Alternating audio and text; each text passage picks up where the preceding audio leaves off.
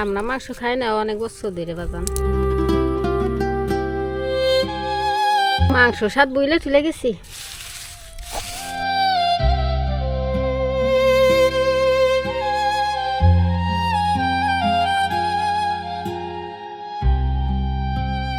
বন্ধুরা, আমি যে পরিবারে আছি, কিছু কিছু কথা যে কথা আসলে বুকের ভিতরে তীরের মতো গাতে।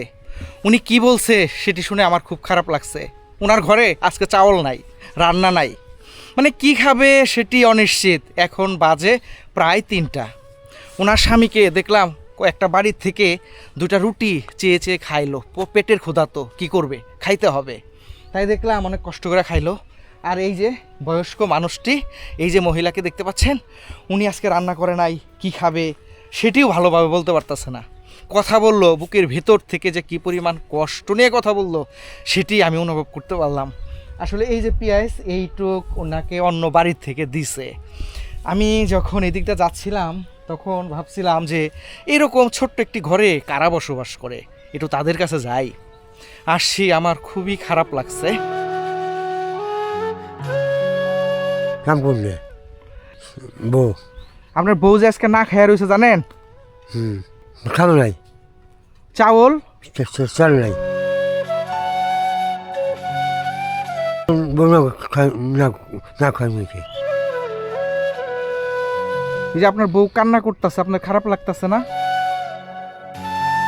করে ভাত খায়।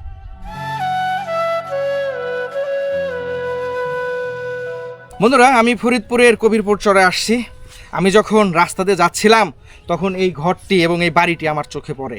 আমি নিচে এসে দেখি এই যে লোকের সাথে দেখা হয়েছে, উনি পুরাপুরি পাগল। এই যে ওনার স্ত্রীকে দেখতে পাচ্ছেন, খেয়ে না খেয়ে থাকে, ঘরে খাবার থাকে না, যার কারণ ঠিকমতো খাবার না পেয়ে দেখুন চেহারার কি অবস্থা। আজকে ঘরে চাউল নাই, খাবার নাই, প্রায় 3টা বাজে। আমি জিজ্ঞেস করছিলাম খাবার আছে, বলছে না খাবার নাই। ওনাদেরকে এলাকার মানুষ মাঝে মধ্যে দেয়, সেটা দিয়েই ওনাদের খাইতে হয়। ওনার যে শারীরিক অবস্থা, তাতে উনি ঠিকমতো কাজও করতে পারে না। টুকটাক কাজ করে, পেঁয়াজ কাটার কাজ করে। সেই পেঁয়াজ কাটার কাজে 1 মণ পেঁয়াজে 60 টাকা দেয়, দিনে 2 মণের বেশি কাটতে পারে না, তাহলে 120 টাকা ইনকাম হয়। এটি দিয়ে এভাবেই কোনো রকম এই ছাপড়া ঘরে রয়েছে। আমার সাথে কথা বললো, কান্না করে দিছে, দুঃখে কান্না করে দিছে। আমি বলছি আজকে খাবার আছে, বললো না খাবার নাই। যাই হোক, আপনারা এরকম অসহায় মানুষদের সহযোগিতা করেন, যার কারণে আমি ওনাদের নাম্বারটা দিয়ে দেব।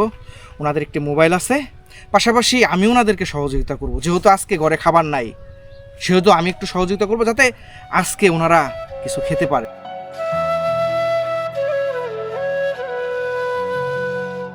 বন্ধুরা, ওনাদের নাম্বার হচ্ছে 0188296987 0। আস্তে আস্তে বললাম যাতে আপনাদের উঠাইতে সুবিধা হয়।